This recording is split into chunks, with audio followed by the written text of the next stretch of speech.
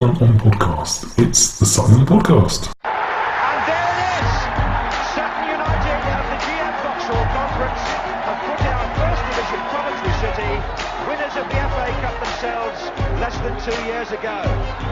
And what a moment to enjoy for the fans of this Surrey side. They've had their moments before, but never one like this. But the whistle goes now. New life for Sutton United. Sutton United from the National League are through to the last 16 of the FA Cup.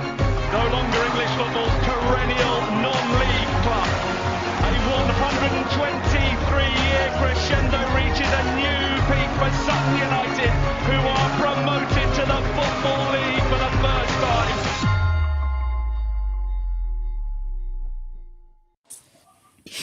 Hello and welcome to another episode of Sutton United Talk Time on podcast. It's the midweek social. We're live on Facebook, Twitter, YouTube, all the usual stuff. So give us a shout out if you're listening on any of those. Joining me today, we have got Jenny. Hello, Jenny. Nice to have you back on. Hiya. Thank you. Hiya. And we got Jared as well. Hello, Jared. Nice to see you again. No star. Evening. And I'm not suggesting that we're going to skip through the Swindon one very quickly, but we've also got Harry from Tranmere. So hello, Harry. How are you? Good evening. How are you doing? You okay? Yeah, very well, thank you. So we will talk about Swindon game very, very much quickly. Jenny, obviously I had you on because you've been building up to this game for a long time, living up there, and you obviously wanted to get some little bit of revenge and rub people's faces in it. How did you feel when you saw the team sheet?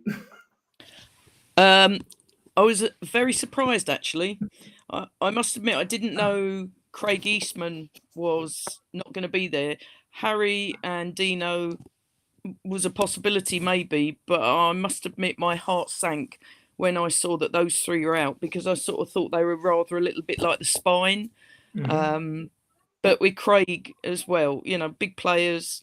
And Louis, I looked at that team sheet and if all of those had been playing, hand on heart, I feel the result probably would have been different. I know that Swindon supporters will say, excuses, but when I didn't see Louis, Harry, Dino and Craig, my heart sank. But I thought who was there was brilliant, but when you only have 4 subs and you get, love it. Oh yeah, love it, I knew possibly, but wasn't good. Wasn't a good feeling initially. Jared, yourself, what were you thinking? I was like, God, I didn't bring my boots. To be honest, when I saw that team sheet, so I didn't see the team sheet first until I got to the grounds and spoke to someone like was like, you looking forward to today's game? I was like, you seen the team sheet? And it's looks just like, oh no, and especially I think I saw someone put up a list of players we have missing at the moment. It's like that's pretty much a first level we've got missing currently, and you see like our midfield consisted of a centre forwards and a kid who's been on loan at Tunbridge Angels all season. And as a Wales supporter, I know I've seen Johnny Williams hold his own against like some Luka Modric in centre midfield. It's like he's playing against Omar Bugel and Adam Lovett tonight. We're gonna get pasted. But no, all credits to those who were in the squad. The fact our bench was Dundo and his mini-me, plus Brad House, a goalkeeper, and Ricky Corbell was, I'll say, kind of worrying. But credits to everyone who played on the night. I thought we were unlucky. I thought we played well enough to get a draw, but probably not well enough to. But Swindon were probably the better side, if that makes sense.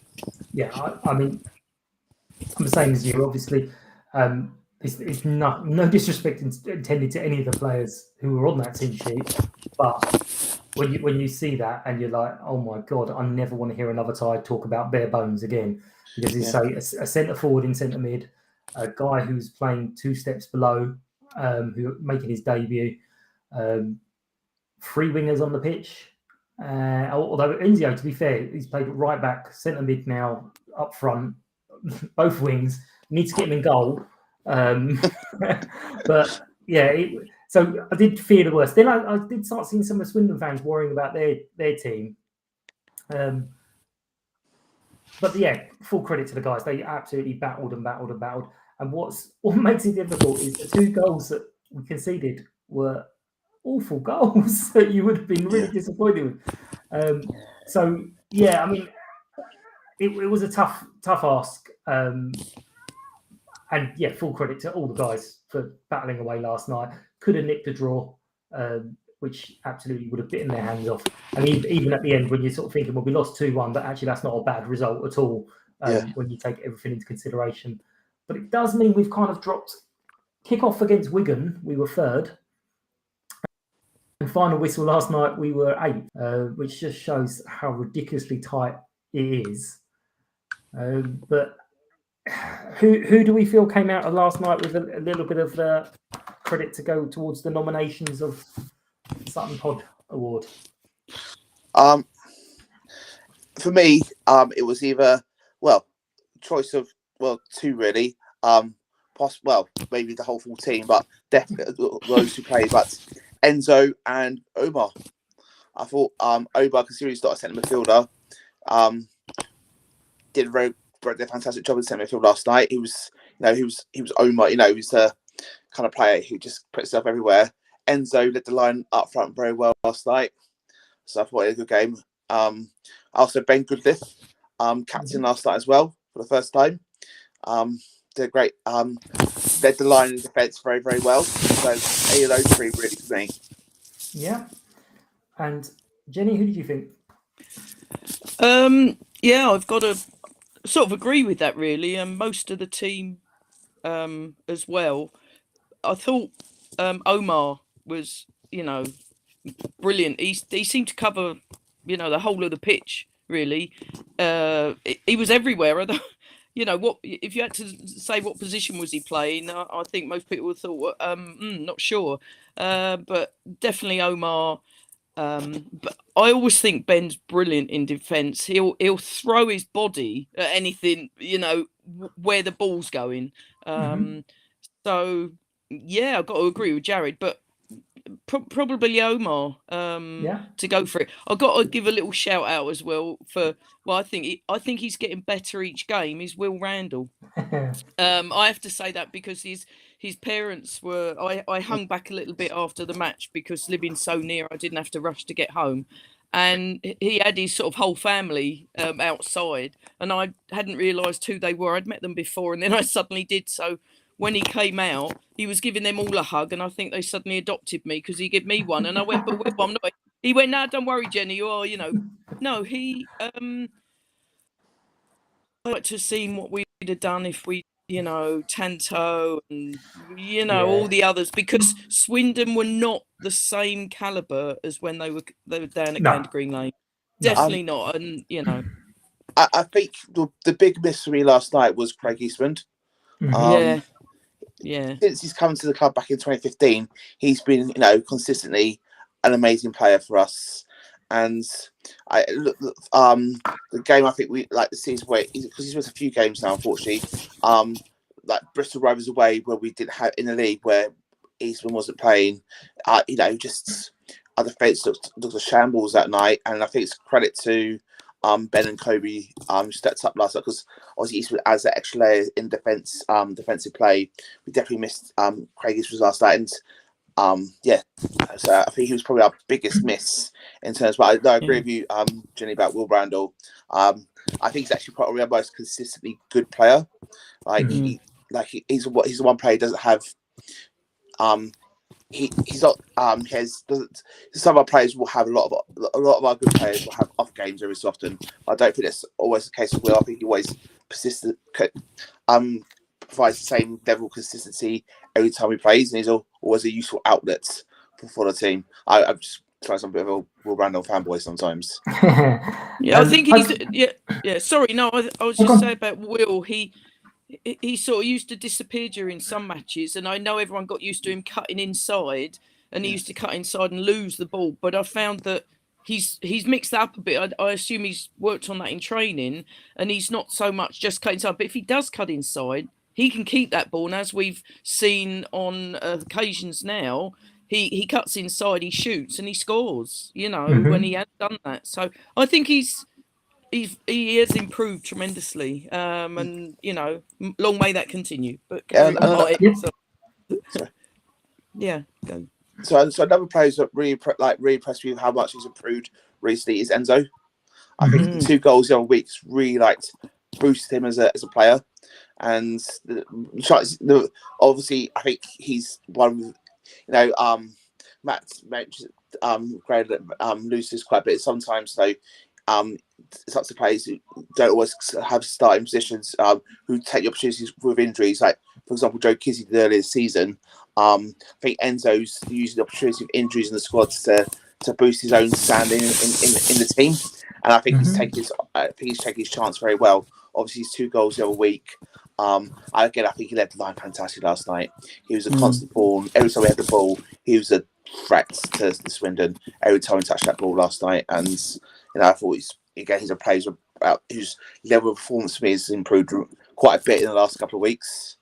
Okay, I guess so we also have, sorry, I can just quickly say, I guess Enzio and Joe wouldn't have got their chances unless we had the other strikers injured. So it sort of swings and roundabouts, isn't it? That we missed Tanto, and yet it was because we had these people injured that they've come to the fore, and Joe's been just as good as finishing. But anyway, sorry, Mike. Yeah, it's all right, don't worry.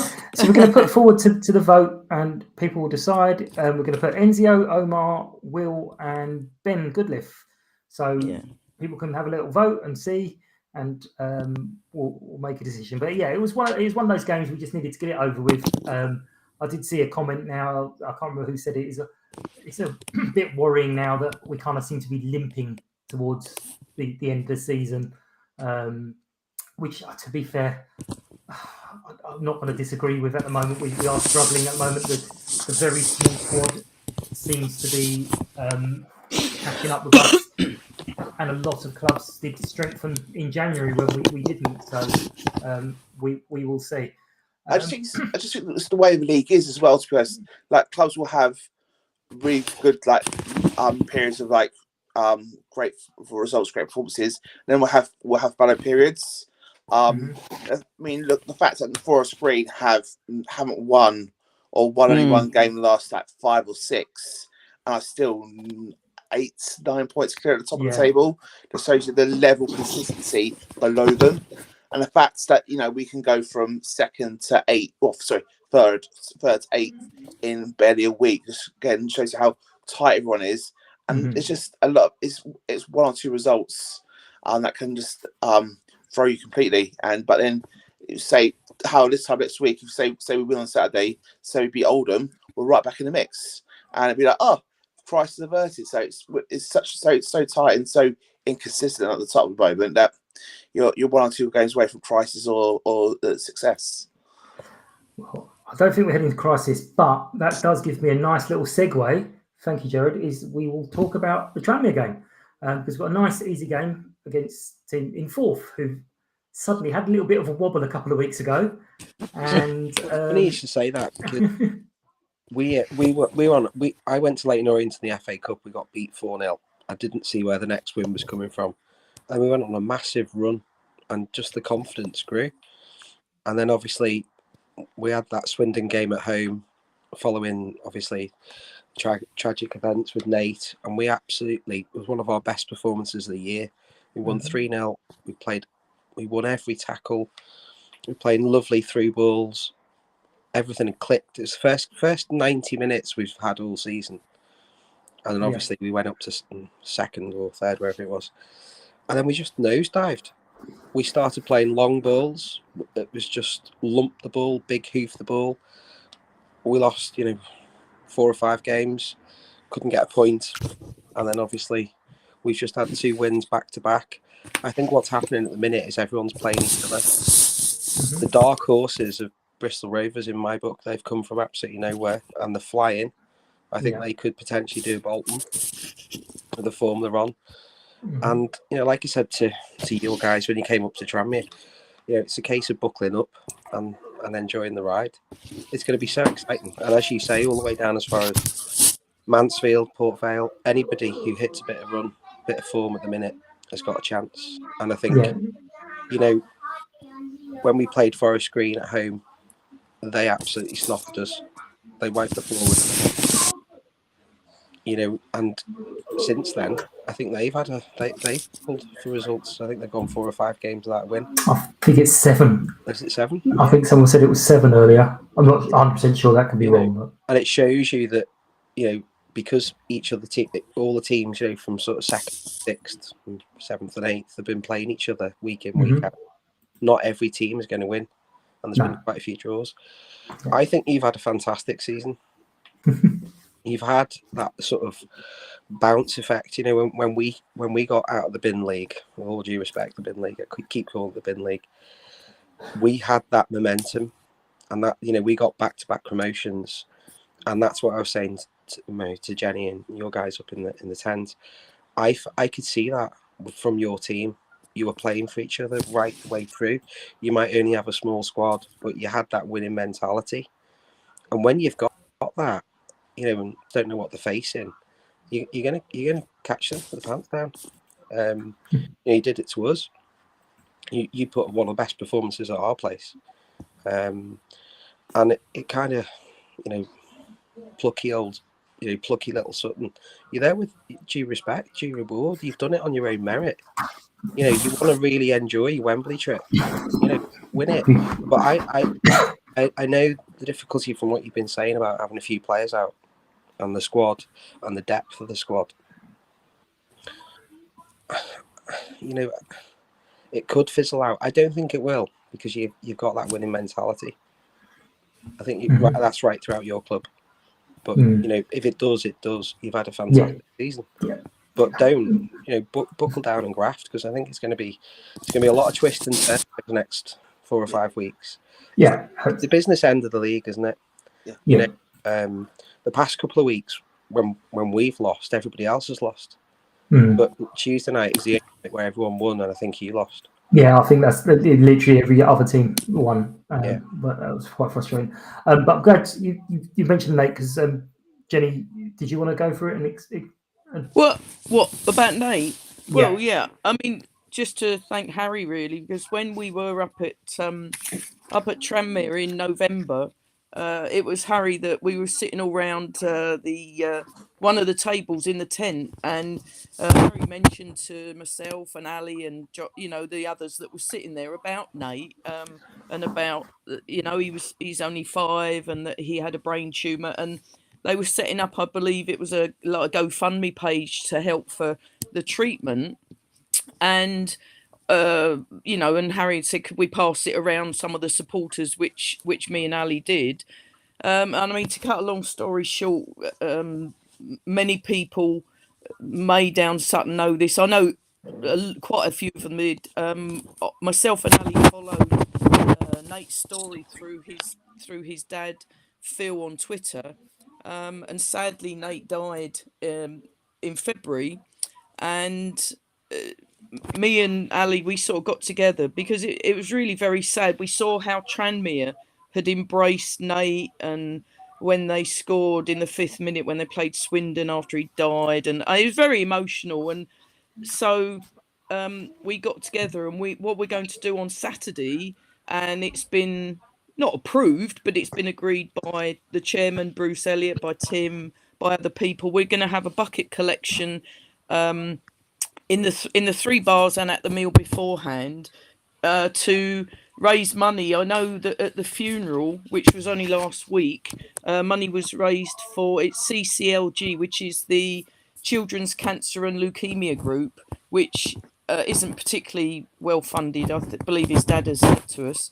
So we're going to have a bucket collection then, and to be quite honest, any amount. When I was talking to Ali about it on our last home match, already 2 people put their hands in their pocket, brought out a £10 note, so we've already got some money. But we're going to do that, and Rob Oakes, as everyone in the club knows who he is, he's agreed, not a problem, to sort the money out and to get the cheque made out, etc. So we're going to do that. There should be something in the programme, hopefully, and hopefully we're hoping to have Nate's picture on the big screen with there. But Ali's sorting all that out. So Oh, sorry, Jenny, Ali, if I but that's what we're trying to do. that is so good, and it's so kind of you guys. And at the end of the day, football sometimes takes second fiddle, doesn't it? If you look at what happens within a club, how we support families who are going through tragic circumstances, it's more than football, isn't it? Yeah. And we really, really appreciate the support. I mean, I've got to say, if I could just say, if anyone who listens to the podcast or who finds out who doesn't know, I've got pictures on my iPhone of Nate and of Phil. I've got the clip of what happened when the players scored. Bring your tissues. But no, Nate is the most gorgeous, lovely kid ever. And his dad, unbelievable, has been... you just got to read his Twitter feed. Honestly, he's been absolutely unbelievable in working through his grief and that. We were hoping, I don't think we were hoping that we could perhaps get into the match, but we understand, obviously, it's only been a week since the funeral and that. But I hope when we next up Tranmere and he gets to a match that, I'd love to meet him. I know Ali would. Brilliant, yeah. But He's really, in... people... Yeah. See his picture, Nate, that come and see our Ali, and we'll share stuff with you, definitely. Yeah, I think they're Lincoln based. They're based in Lincoln. Yeah, that's right. Yeah, and also for Sutton fans, I would suggest talk to any Tranmere fan, and they will know Nate. The whole club, they will know him, and they'll talk to you about him. Absolutely tragic, but lovely lad. Hope we can do him proud on Saturday. That's so generous of you. We really appreciate the support. Thank you. Yeah, I mean, you're you're a much bigger club than us, but it's always seemed like a small unit. Not your bigger club. There's a lot more people that come to Sutton, but you do seem like a tuned-in family. Certainly from what I've seen on various different things, your chairman's quite sort of friendly with all the fans as well. I catch. I think the thing about it is, people often sort of misconceive, because obviously we're based up on Merseyside, and obviously you got Everton, Liverpool, and Shadows, but we're a club of our own stature, and we hit rock bottom. We suffered back-to-back relegations. We were in non-league for 3 years. It's a hell of a league to get out of, as everybody knows. It doesn't take any prisoners lightly. To be fair, we were there. We actually tried. Yeah, we were there on merit. And the problem is, you look at some clubs down there at the moment, like Wrexham, Stockport, big, massive ex-Football League clubs. We played Harrogate Tuesday night. Look how Harrogate have come up and done and held their own. It can be done. That's what, when we were talking to your guys in the tent, saying, well, we're almost safe. And I was like, say, Jenny, it's not about being safe. You're going to get that back-to-back bounce. You're going to fly.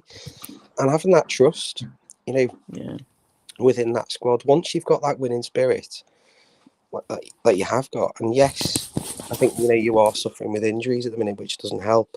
But then sometimes you get the opportunity to, as you're saying, play some of the youngsters who actually thrive from that. So I don't want to say this is a big loving, Harry, because it's as if we're all patting each other on the back. But no. When I first went to Tranmere, I just got to say how you embraced the National League. When we first went up, we were in National League. You embraced it. You took it on, and some of these ex-league clubs don't. They feel they shouldn't be there, and they're a bit, But Tranmere was so friendly. We got, and honestly, I just found that we've continued that relationship, and we just get on really great together. I hope. I just wanted to bring Jared on that. I've said that before, that a lot of the clubs that were down in the National League, it was glorious to beat them and catch their tears, but Tranmere just took it on the chin and just was like, we're here for a reason. So you've got that feeling as well. I know you thrive on other people's tears, so there's nothing. There's no more beautiful sound of football than the home team booing you at half time or full time. But I remember the only time I've only been to Tranmere once. The game we actually won back in August 2017. Craig Dundas in the 40th minute or something like that, and afterwards, you expected that the slide comments like, "Oh, you cheat, you're paying on referee all the time. It's not fair, blah blah blah." But all the Tranmere fans I spoke to that day was like, congratulations, well done. Better team on day one. Every time I came down to Gallagher Green Lane, it was a tends to be the friendly end of the ex-league club. So it was a good friend, a friendly good rapport there. So it's nice to see them do so well in their first couple of seasons back in the Football League.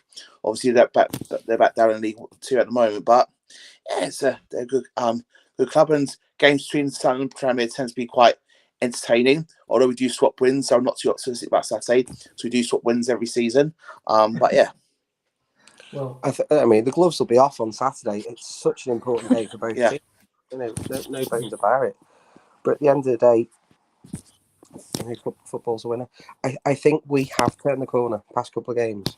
We've actually started to get the ball down and play it on the deck rather than lump aimless balls that we just... But we've had a couple of key injuries as well.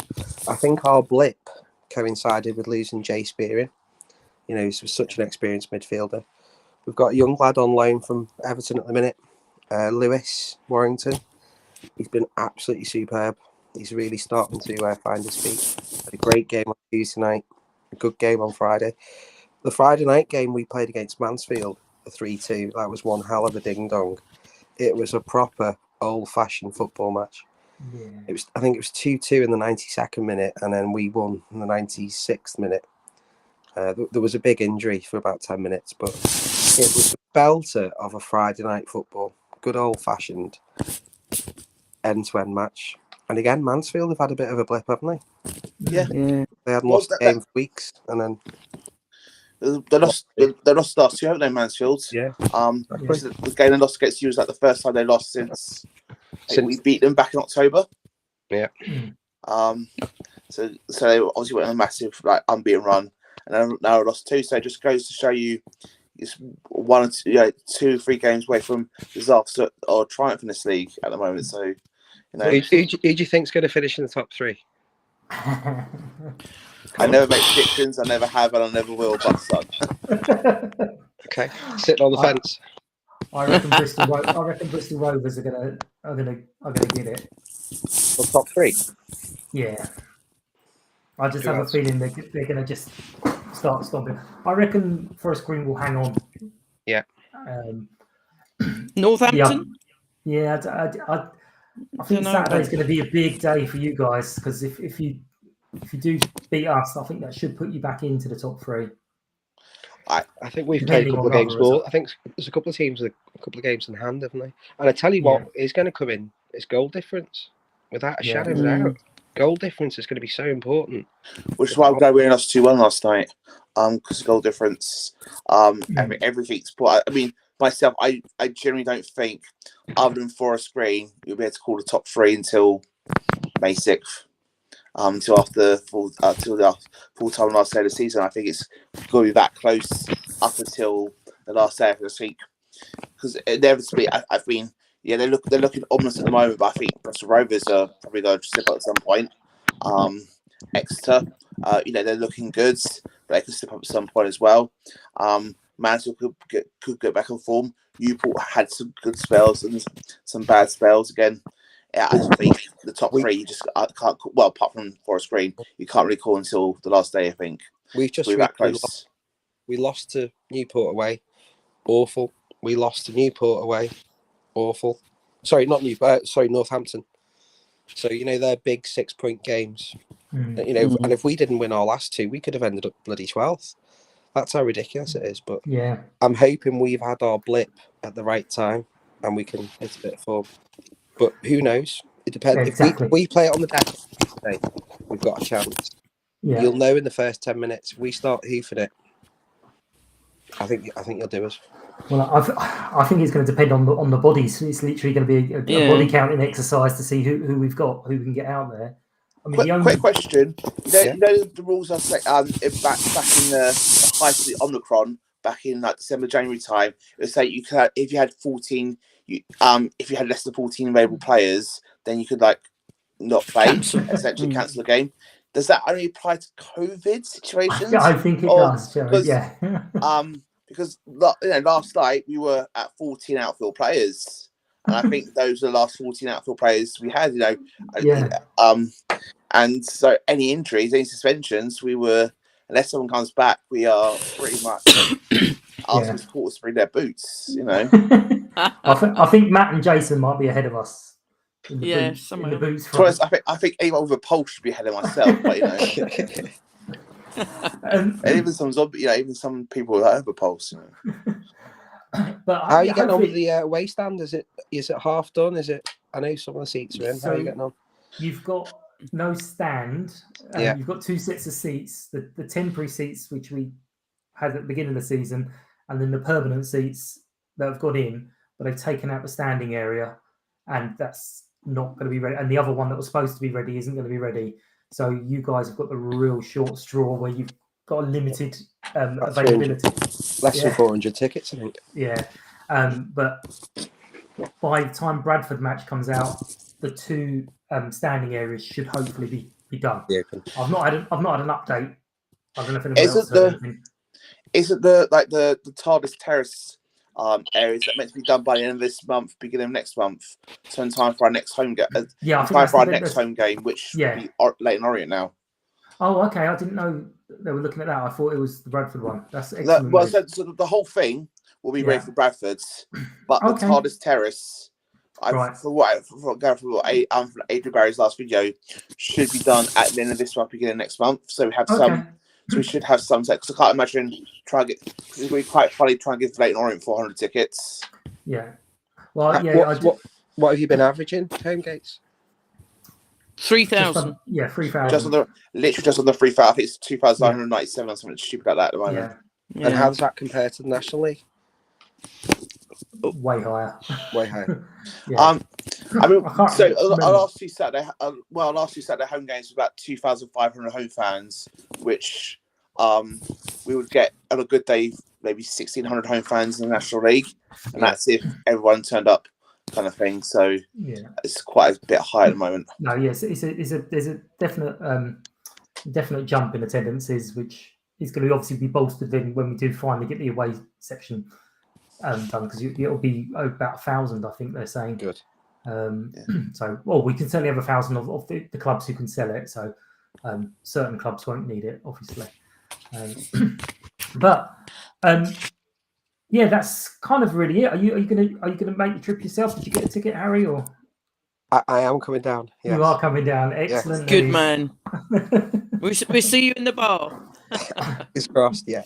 You'll see us. Yeah. Excellent news. Well, thank you very much for inviting me on, guys. I really appreciate it. You're more than welcome, and I'll talk to you after. But thank you very much for doing it as well, especially with other things that have happened. But just quickly before I wrap up, I've actually managed to get some Tranmere tickets from that EFL app, which bizarrely give out tickets for people who've got season tickets, and I don't really know what to do with them. So if anyone does need any tickets for Tranmere and you're going to go anyway, just give us a shout, and I'll meet you before the game and give you your tickets over. Mike, seen that? Have a look at him. Look. Hey. Mike at SuttonPodcast.com. And give us a shout about the podcast. Any of the socials, Sutton Podcast or at Sutton Podcast. And I will wrap it up there. I should have, I think on Sunday, I've got Paul and I think Johnny is going to come on Sunday as well. So I will see you guys on Saturday. Hopefully it'll be a bit of a wasted trip for our friends from Tranmere. But other than that, the loving will continue after Saturday. And I'll catch you guys all soon. Thanks for your time, people. It's lovely to talk to you all. And thank you for listening, everyone. Thank you. See you Saturday, Harry. See you, Joe. Yeah, take care. United!